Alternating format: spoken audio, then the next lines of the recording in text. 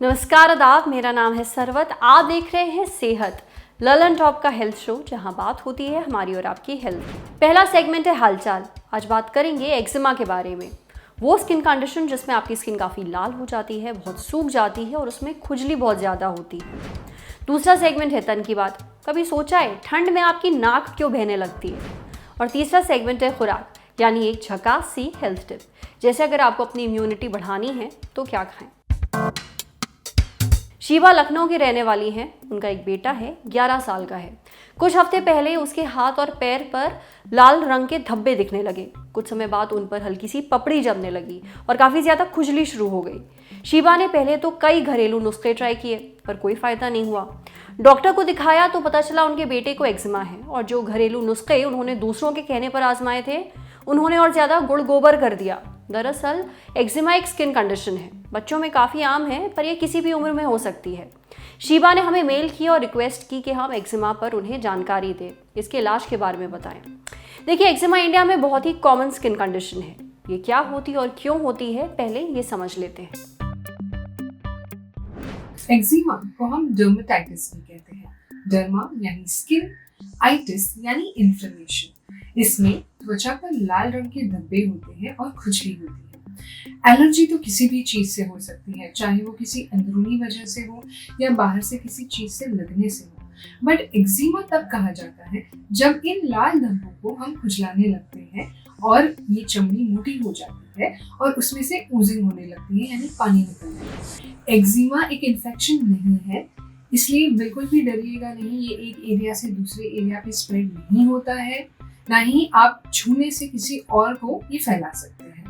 Eczema एक condition है, ना कि एक बीमारी है जो पूरी तरह से ट्रीटेबल है।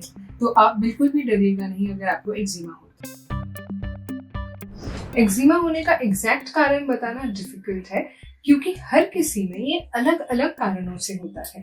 आमतौर पर कुछ अंदरूनी कारण और कुछ बाहरी कारण की वजह से एक्जिमा होता है।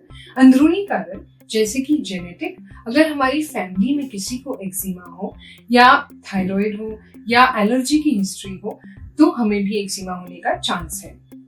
दूसरा, अगर कोई हार्मोनल इम्बैलेंस हो हम में, जैसे थायराइड इम्बैलेंस हो या लिवर या किडनी की प्रॉब्लम हो, या हमारी स्किन ड्राई रहती हो। ड्राई स्किन में अक्सर एक्जिमा ज्यादा पाया जाता है। बाहरी कारण जैसे हमारे वातावरण में पोल्यूशन ज्यादा हो या डस्ट ज्यादा हो या बहुत ठंड वाली जगह हो, तो एक्जिमा हो सकता है। बाहरी कारणों में खाने की पदार्थ भी एक बहुत बड़ा हिस्सा है एक्जिमा के कारणों के लिए।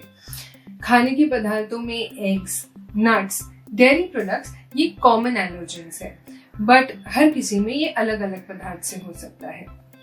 कुछ और कारण जैसे मेकअप या परफ्यूम से भी लोगों का एक्जिमा बढ़ जाता है। एक्जिमा क्या होता है, किन वजहों से होता है, आपने ये तो जान लिया। अब एक्जिमा के जो शुरुआती लक्षण हैं वो क्या हैं, आपको कैसे पकड़ में आएगा कि आपकी स्किन पर जो हो रहा है वो एक्जिमा है, साथ ही इसका इलाज क्या है, सुनिए। एक्जिमा में सबसे पहले बहुत ज़्यादा इचिंग और डिस्कम्फर्ट होता है स्किन में। उसके अलावा स्किन पे लाल लाल धब्बे आ जाते हैं, जो राउंड भी हो सकते हैं या डिफरेंट शेप के।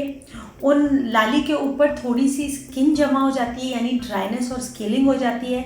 कभी कभी वहाँ पे थोड़े ऐसे पस के बॉइल्स भी इकट्ठे हो सकते हैं, या फिर थोड़े थोड़े पानी के छाले जैसे आ जाते हैं।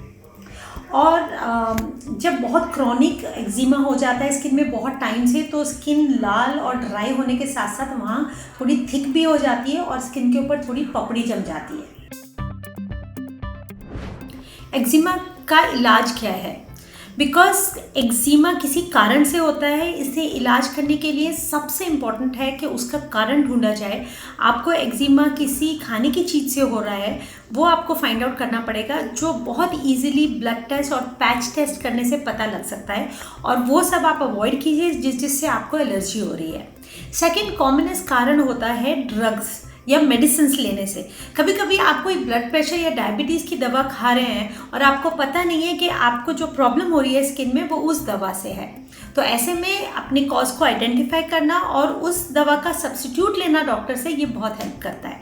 लेकिन सबसे इम्पॉर्टेंट होता है स्किन में, जब आपको एक्जिमा है तो आपको बहुत डिस्कम्फर्ट होता है, आप बहुत परेशान होते हैं, तो स्किन को मॉइस्चराइज करना एक अच्छे मॉइस्चराइजिंग लोशन से जो मार्केट में मिलते हैं, या आप घर पे एलोवेरा, मलाई या कोकोनट ऑयल भी यूज़ कर सकते हैं, बिकॉज सबसे पहले आपकी स्किन को आपको कंफर्ट देना है। उसके अलावा एक्जिमा में एंटीबायोटिक्स और स्टीरॉइड्स क्रीम भी यूज़ होते हैं, जो आप एक डॉक्टर के सुपरविजन से यूज़ कीजिए। देखिए, अगर आपको एक्जिमा या किसी और तरह की स्किन कंडीशन के लक्षण दिख रहे हैं तो बिना जाने समझे किसी भी घरेलू टिप्स को ट्राई मत करिए। वही चीज़ें करिए जो आपके डॉक्टर करने को कहें। अब बारी है सेहत के अगले सेगमेंट की।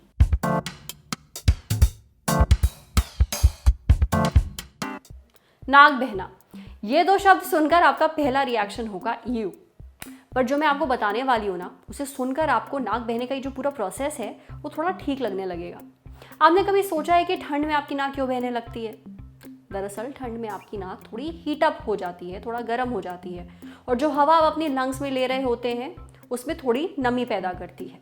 ये प्रोसेस बहुत ज़रूरी है, इससे हवा में जो भी बैक्टीरिया या कुछ और गंदगी होती है वो मर जाती है। साथ ही ये प्रोटेक्ट करता है आपकी लंग्स को। कैसे? जो सांस आप अंदर ले रहे होते हैं उसका तापमान रेगुलेट होता है ताकि आपकी लंग्स ठंडी हवा से डैमेज ना हो।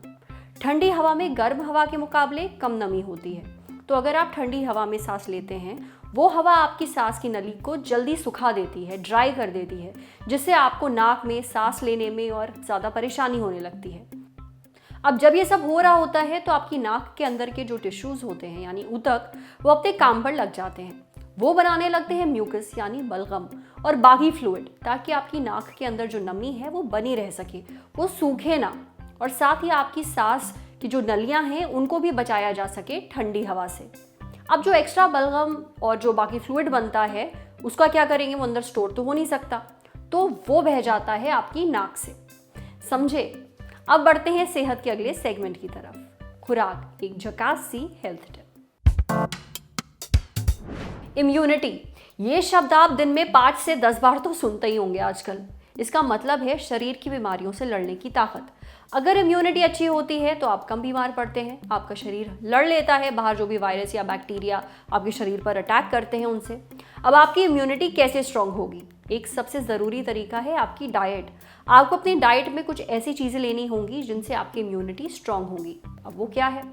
वो है फल और सब्जियां जिनमें विटामिन सी हो, जैसे कि नींबू, संतरा, टमाटर, ब्रोकली, पालक, पत्ता गोभी, स्प्राउट्स, फूल गोभी, बंद गोभी वगैरह। इसके अलावा आप अपनी डाइट में लहसुन लीजिए, अदरक लीजिए, और बादाम, हल्दी, पपीता, कीवी और योगर्ट ज़रूर लीजिए। तो आज सेहत में इतना ही। अच्छा, अगर आप एक डॉक्टर हैं और हमसे कुछ शेयर करना चाहते हैं तो जो ईमेल आईडी इस वक्त आपको अपनी स्क्रीन पर दिख रही है उस पर हमें एक मेल भेज दीजिए। कैमरे के पीछे हमारे साथ है विभव। ये वीडियो फेसबुक पे देख रहे हैं तो हमारे फेसबुक पेज को लाइक करिए, यूट्यूब पे देख रहे हैं तो हमारे चैनल को सब्सक्राइब करिए, बेल आइकन पर ज़रूर क्लिक कर दीजिए ताकि जब भी हम कोई नया वीडियो अपलोड करें तो उसका नोटिफिकेशन आप तक सबसे पहले पहुँचे। शुक्रिया। लटक, धरने पर चलें और जहां पहुंचे वहां अनुप्रास और तुकबंदी के दरवाजे की सांकल हिला दें। कहें कि क्या रहा है ढूंढ तुमको खटक, कि कब ऑन करें मन का मोड मटक, कि क्यों चित्त जाता है यूं ही सटक, कि कैसे ना आए हौसलों में चटक, कि कहां तक करें इरादे गटक झटक, अब बेवजह न भटक, ये है निपट देसी मन लटक। पर यूं ही कहना होता तो पुराने रोग दफा करने की जरूरत क्या थी। तो बात यह है कि लल्लन टॉप हमारा है और हम बनता है मैं और तुमसे। उसमें भी मैं घटता रहे, तुम बढ़ता रहे, तभी बात दुरुस्त है। वैसे तुम में किसी को तुर्शी लग सकती है, यूं बात आप कहने से भी बन सकती है। आपकी प्रतिभा के लिए आपका लल्लन टॉप लेकर आया है एक लोकतांत्रिक मंच जिसका नाम है लटक। लटक शॉर्ट फॉर्म है, फुल फॉर्म है लल्लन टॉप का से कबूतर इमला में, का से कुल्फी शिमला में, लेकिन लल्लन टॉप में का से किस्से, कविता, कॉमेडी और सब किस्म की कलाकारी। तो लटक है नए कलाकारों का अड्डा, वो जगह जहां आपका डेब्यू कई दरवाजे खोल सकता है।